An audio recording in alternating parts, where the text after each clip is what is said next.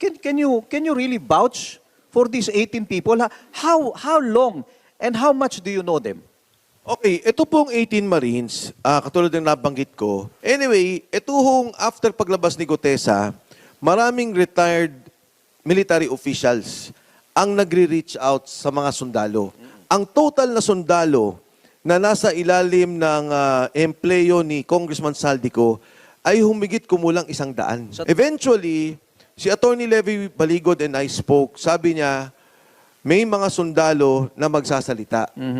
So, nung bago na sila lalabas, doon na ako pumasok na, sige, Attorney Levy, ano yung maitutulong ko? Kasi total naman at the onset, parang inaayos nila yung kanilang affidavit yung kanilang kwento. Totoo ba yung mga sinasabi ng mga marino? Alam nyo, di ba, Kong JV, sa lahat ng mga kaso, malaking pundasyon o malaking batayan ang motivasyon, ang motivation. Sa lahat po na nasangkot sa korupsyon, particular ang flood control scam, ang mga taong to ang walang kinita. Hindi sila DPWH official, hindi sila DPWH contractor, hindi sila congressman, hindi sila senador. Wala sila sa kabinete. Lahat ng to may sinasabi na delivera ng pera. Nung nakita nila si Kong Saldico na tinuro ng gobyerno, mastermind, nakita nila, ito pala yung nangyari. Ito pala yung pera. Sumunod na lumabas ay si Gutesa. Na, ito na, sinabi na yung nangyari. Saldico, sabi niya, totoo yan. Nag-deliver, sabi niya may 100 billion kay Presidente, so on so forth, may mga delivery. Itong mga sundalo, Kong JV, pagka nakakwentuhan mo, simple ang kwentuhan Kunyari, yung unang mainit na issue, Congressman Laila de Lima, ano ba nangyari? Nabigyan daw Nabigyan. Opo, nandun kami, kasi kami ang nagdadala kay Speaker Martin. Ngayon ko lang nga nalaman na may 2 units na si Speaker Martin. Akala ko nung una, isa lang.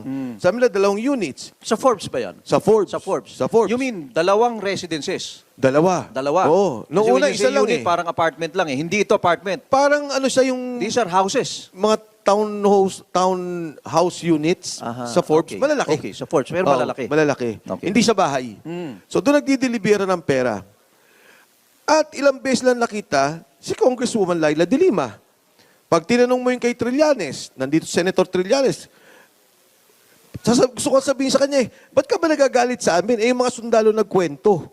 Di ba? Ang kwento ng sundalo, nag-deliver sa bahay po, nag-deliver sa'yo, may kwento pang sinundo ka, hinatid ka.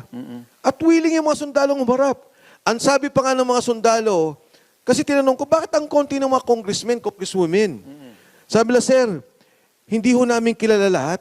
Kasi yung iba naman syempre yung mga sikat, naalala po namin, yung po yung nakalista dito. Pero pag nagpunta daw sa Kongreso at nagkaroon ng hearing, matuturo nila kung sino pa yung nandun tumanggap ng pera at kumuha ng pera doon sa townhomes. Kong Mike, with all respect to your views about these 18 ex-Marines, bakit hindi sila lumabas nung kasagsagan ng mga investigasyon? Kung sila lumabas, nung ayaw na magpakita ni Gutesa, then their testimonies would have been very, very credible. Bakit lumabas sila after so many months, later on, para bang niluto muna yung kwento bago sila lumabas? That's the first. Ang second yan, sorry pero lumalabas yung Mike Defensor. You're not an ordinary person. Hindi ka naman simpleng mamamayan lang Kong Mike. You were once a very powerful cabinet secretary, the right-hand man, one of the closest to GMA, if I may say so, no? Pagkatapos, lalabas si General Esperon, another one of GMA's very close military personnel. He was, in fact, the top military person at the time. So, parang lumalabas nga, there are people behind the 18. If these big names will not back them up, baka naman hindi lumabas sa publiko ito. I mean, Levy Baligod cannot really protect them, di ba? I mean, the stature of Levy Baligod is not sufficient, would not be enough for him to be able to give cover or protection to these 18 Marines. But a Mike Defensor and a General Esperon would do it. Kasi behind you is the specter of GMA. Can you comment on that, Kong Mike? Alam nyo, nung nagsalita si Pangulo, ang sabi niya, mahiya naman kayo. Imbestigahan natin ang lahat ng to. Sa SONA. Sa SONA, imbestigahan natin. Eh ngayon may nagsasalita. Yung nagsasalita ngayon ang iimbestigahan. Yung nagsasalita ang sasabihin nilang hindi totoo. Going back, napakahirap po sa mga sundalo na magsalita. They were being offered money. Ino-offeran po sila ng pera para bilhin yung video. Marami pa ha, na litrato at mga video. At tinatakot sila. Bago nangyari ito, inassure namin na magkaroon ng relokasyon yung kanilang mga pamilya. Because again, kay Gutesa, ganun ang nangyari. Again, lalabas po ako nung sa ebidensya nung nangyari kay Gutesa. So, napananakot dun sa pamilya na nagtulak sa kanya para siguro magkaroon ng retraction sa affidavit. So, babalik po ako. Sabi niyo si Saldico ang mastermind. Ito ang walang hiya, ito ang salbahe.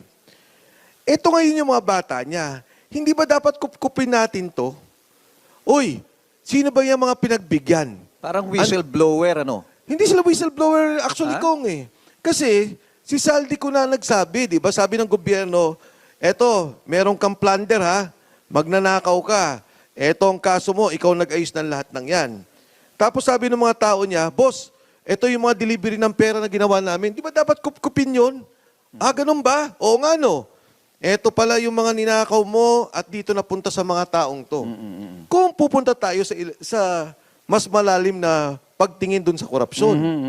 Eh nangyari, paglabas, sabi, hindi totoo yan. Nagsisinungaling yan.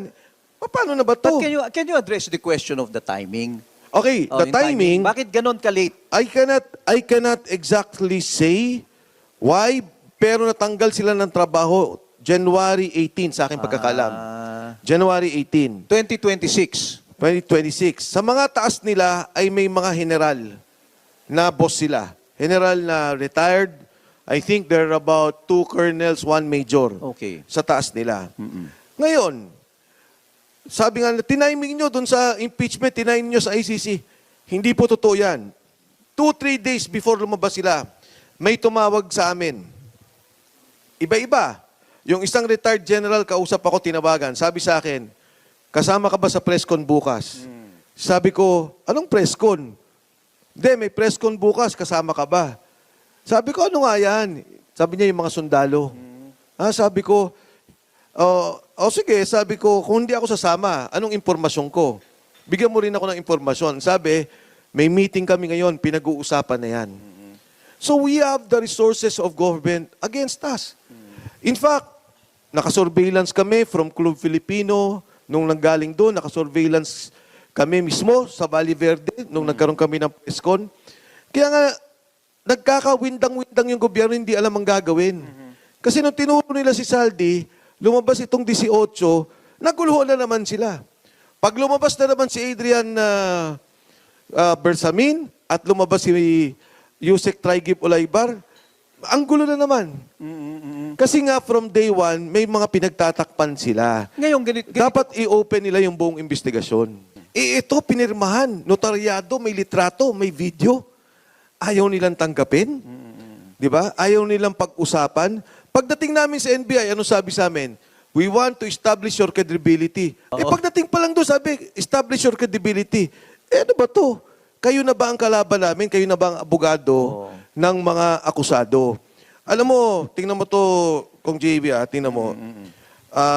Isa sa mga litrato, di ba? Dami palang litrato, no? Ang dami. May aeroplano pa.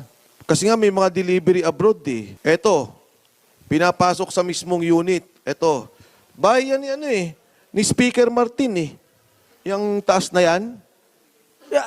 I believe Speaker Martin Romualdez has a lot to answer for this. Oh, yeah. Kasi naniniwala ako na hindi mangyayari itong flood control scandal na to na hindi alam ni Speaker Agree. Martin. Agree. Di ba? Si Oo. Speaker Martin, it cannot be cut off at Saldico's level. Okay, please continue, So, Kong Mike.